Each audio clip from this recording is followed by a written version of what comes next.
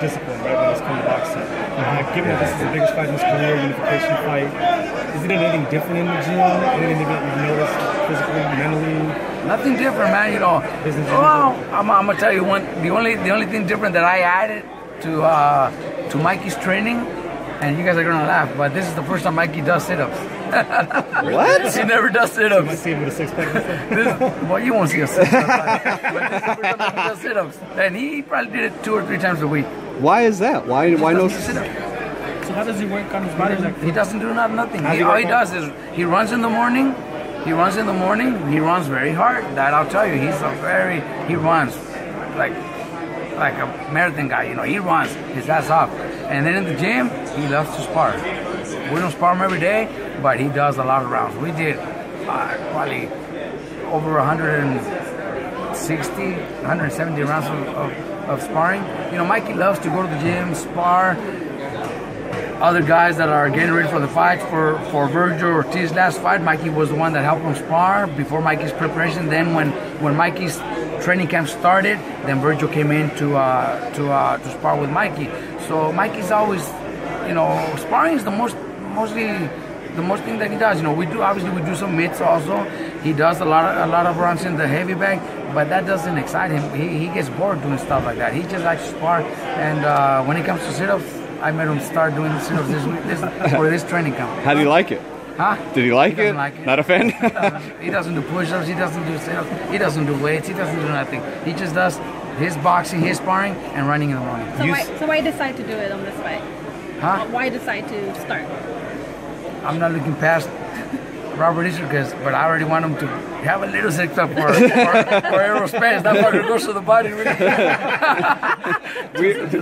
we saw that video on Ringstar, something about like no carne asada for fighters or something. It was on the Ringstar Instagram. I haven't seen that. Oh yeah, I saw it this morning, but Mikey was in it, and they gave him a bunch of carrots or something like that. Oh, some dudes, I don't know, some YouTubers. Yeah. I don't even know who those guys are. But I mean, is he legit gonna have to he's gonna have to pack on the weight. He's gonna start eating a lot of meat, right? I seen it when they were recording, so I didn't know kind of how the video came out, but yeah, they were just guys, comedians, I guess. I don't even know who they are. But is it like, I mean, if he does fight Earl, he is gonna be like kind of gonna have, like, how are you gonna put on the weight, I guess, successfully? You know what I mean?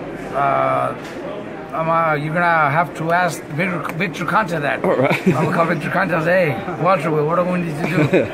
He's gonna send me whatever he has to send me. People misinterpreted thinking that it was a little jab at Canelo. I know, right? Yeah, that's what I heard. Yeah. People told me. Thought it was I haven't seen it.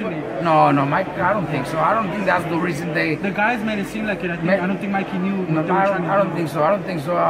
Why would we do against Canelo? You know, Canelo's getting ready for his fight, and you know, it probably seemed like that, but now it was nothing to do with Have you following him? His videos lately? How he looks and all? Yeah, he's fast, strong. You know, not as big as before, but he is fast and strong. What do you think that means? Because he did say he cut off meat completely. That's what he said. He might be like vegetarian or vegan, so I mean, obviously he's gonna lose some size. I don't know if that's it, but what do you make of him losing? Look, I know he's gonna be very fast and very strong for that fight. You know, looking a little bit smaller doesn't mean he's not gonna be. He might even be stronger.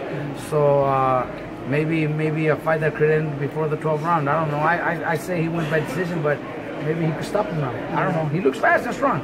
You know.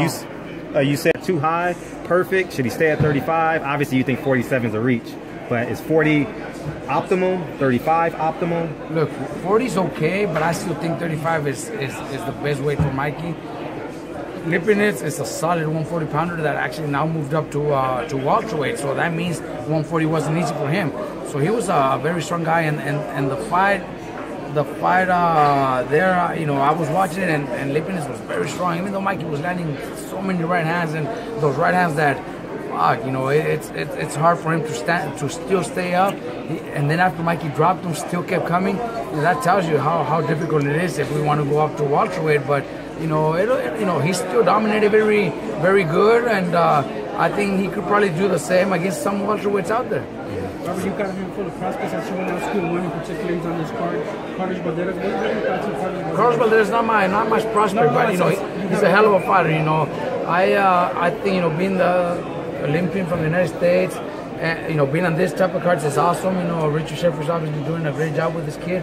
This kid is could be the next The next phase of boxing, especially when it comes to Olympians, you know, Oscar De La Hoya was huge. I think this kid could be another one that's doing really good, and he does his job in the ring. You know, he goes out and beats up and knocks out whoever they put in front of him. I had a chance to see these guys face off again, right? Not sure if you noticed this as a trainer. This is personal observation for me, but seeing them side by side, you see the major differences height-wise. But in terms of physicality, you see Mikey just kind of being business as usual. But then I see Robert Easter. Again, personal opinion, he did look a little thin, dehydrated. Is that something that you notice right off the bat? You use that? Look, if he's 6 feet tall, you know, I'm sure 135 is not that easy. It can't be that easy, but you know, I don't know. I don't want. Yeah, I don't want to be based on his oh, he looked drained. I'm sure, you know, they got 24 hours to recover. Guys gain 20 pounds, you know, and he might be one of them. He might be 20 pounds over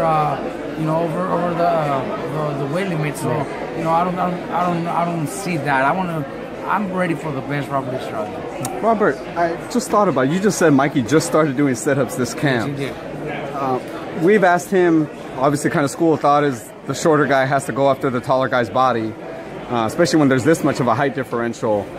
Is part of the reasoning behind the sit-ups is because when a fighter tends to go after another fighter's body, that fighter tends to kind of give it back?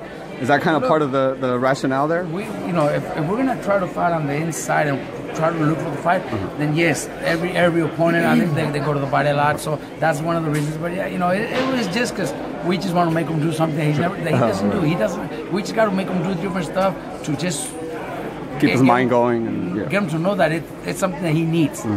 He never did, but now he started doing it. All right, Appreciate you, Robert. Hey, thank you, Robert. Robert, last question.